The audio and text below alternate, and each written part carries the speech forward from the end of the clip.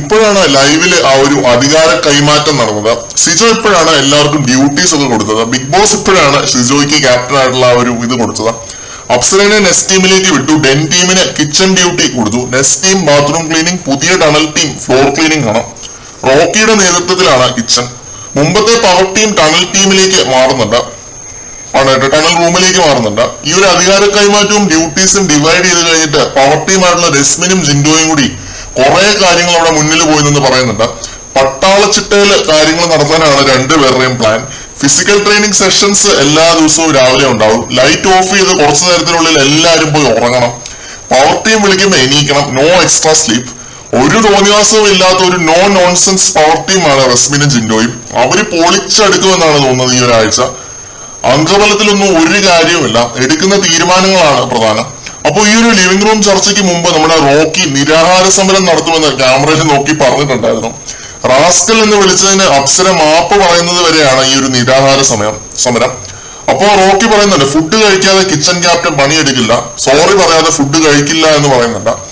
Power ബെല്ലടിച്ച് ഒരു തീരുമാനം ബോർഡിൽ എഴുതുന്നത് വരെ ഫുഡ് കഴിക്കില്ല എന്നതാണ് റോക്കിയുടെ സ്റ്റാൻഡ്. അപ്സരയുടെ ഭർത്താവിനെ പറഞ്ഞതിന് മാപ്പ് പറയാതെ റാസ്കൽ എന്ന് വിളിച്ചതിന് മാപ്പ് പറയില്ല എന്നതാണ് അപ്സരയുടെ സ്റ്റാൻഡ്. ഞാൻ പറയുന്നത് രണ്ടുപേരും ഔട്ട് ഓഫ് ദി ലൈൻ ആയിട്ടാണ് അങ്ങോട്ടും ഇങ്ങോട്ടും സംസാരിച്ചത്. ഒരു സോറി പറയുന്നതിൽ എന്താണ് ഇത്ര ഈഗോ കാണിക്കാനെന്ന് എനിക്കറിയില്ല. അപ്സരയും സോറി പറയണം, റോക്കി സോറി പറയണം.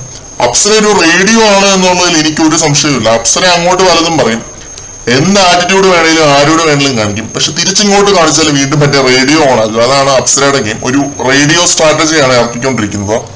പിന്നെ രാവിലത്തെ ഈ ഒരു വഴക്കില് റോക്കിയുടെ ഭാഗത്ത് ന്യായമുണ്ട് എന്ന് ഞാൻ പറയില്ല. കാരണം അപ്സരയുടെ പ്രൊഫഷനിലൊക്കെ കയറി അറ്റാക്ക് ചെയ്തത് റോക്കിയാണ്. ഒരു DFK സ്റ്റൈലൊക്കെ ട്രൈ ചെയ്ത് റോക്കിയാണ് അത് ആദ്യം ചെയ്തു തുടങ്ങിയത്. അപ്പൊ ഈ ഒരു ലിവിംഗ് റൂം ചർച്ച കഴിഞ്ഞ് നമ്മുടെ രണ്ടുപേരുള്ള പവർഫുൾ പവർ ടീമിനെ ആനയിച്ചുകൊണ്ട് വരണമെന്ന് ബിഗ് ബോസ് പറഞ്ഞു.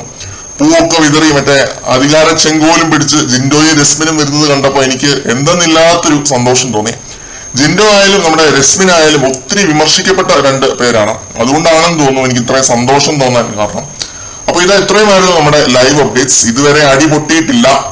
അടി പൊട്ടുന്നത് കാണാൻ വേണ്ടിയുള്ള കാത്തിരിപ്പിലാണ്. മറ്റൊരു അപ്ഡേറ്റുമായിട്ട് വീണ്ടും കാണാം.